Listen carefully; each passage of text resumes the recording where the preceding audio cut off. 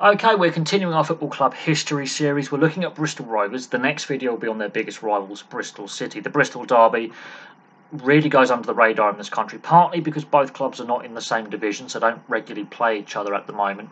They haven't met in the Cup for a while either, and they're both outside the Premier League, so the media doesn't pay attention to the divisive nature of this rivalry in the city of Bristol. You're either a Rovers fan or a City fan. There is no in between.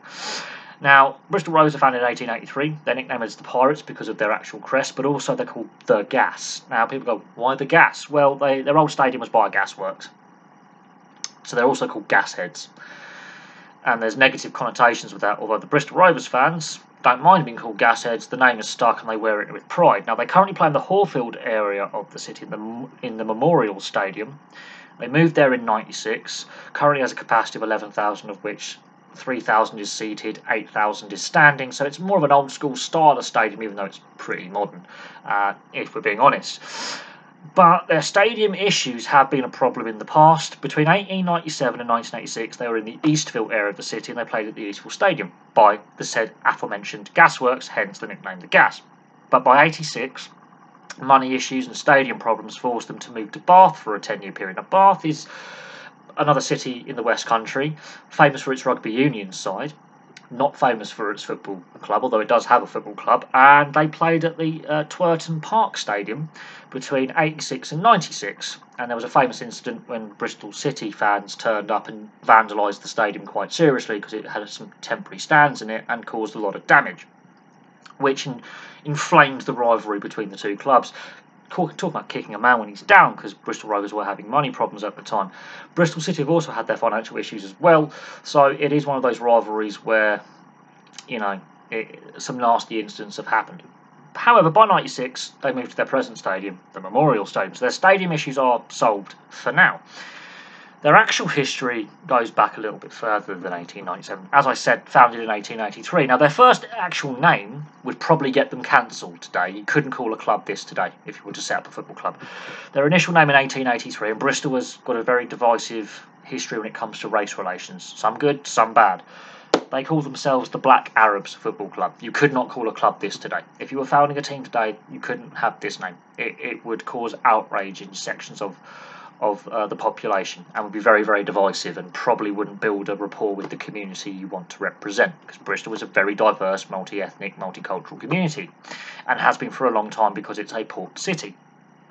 So by 1892, the name is now Eastville Rovers, the area of the city they play in, and they have joined the Bristol and District League. By 1897, they've joined the Birmingham and District League, so they're playing outside the Football League structure at this point. By 1899, the name Bristol Rovers has been taken.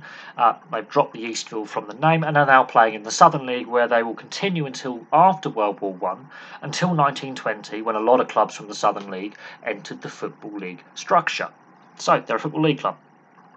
In their Football League history, the highest they have ever finished is 6th in the old Division 2 twice in the 1950s. Firstly in 1956 and secondly in 1959. They've never finished higher than that, and for most of their time they've spent it in the lower tiers of the Football League, which culminated in 2014 being relegated to the non-league. Now, they're only in what is now the Vanarama National League, for the former conference, for a season. They're back via the playoff final in 2015. They're one of the few clubs to bounce back at the first attempt. It is notoriously difficult, if you get relegated into the National League structure, to bounce back at the first attempt. Ask Notts County and Torquay fans, for example, how difficult, and Wrexham fans, how difficult it is to get out of a rather competitive league the National League is right now.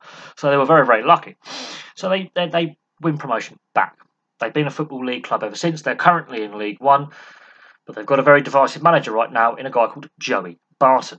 Now, yes, they've won playoffs and they've won the lower division titles at times and regional amateur cup competitions back in the day. But they've also made it, I'm looking at more important honours, to 2 EFL Trophy finals in their history. The 89-90 season, which is the season I was actually born midway through, and the 2006-2007 season, they've made it to Wembley to appear in a cup final. Now, yes, they didn't win either of them, they've been runners-up, so they've technically won no major silverware. Their rivals gets really interesting. Obviously, Bristol City is their biggest rival. Cardiff City across the River Severn. That's an understandable rivalry considering the tension between South Wales and Bristol. There is a fair bit of tension along the Welsh border and clubs like Shrewsbury and Wrexham. There is that tension. Swindon Town, only up the road in Wiltshire, up the M4. Cheltenham Town up just up the M5. Exeter City just down the M5. Forest Green Rovers, yes, that club where it really is the glorified pub team, as a lot of football fans derisively call them, although they've been successful on the field. Can they sustain that with such a small fan base?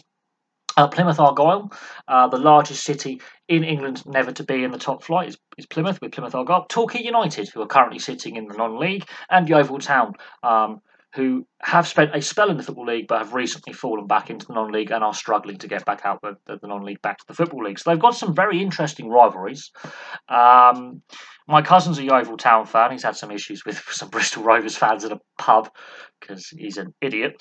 And he met a few gas heads on a bad day.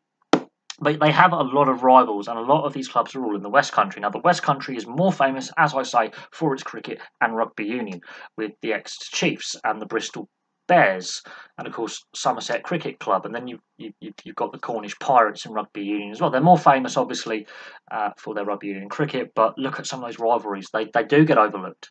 And the Bristol Rovers Bristol City rivalry is one of the most passionate in the country, and it doesn't get enough attention, as I say, because the clubs are in different leagues at the moment, and they're both outside the Premier League. But maybe one day that changes. Anything can happen.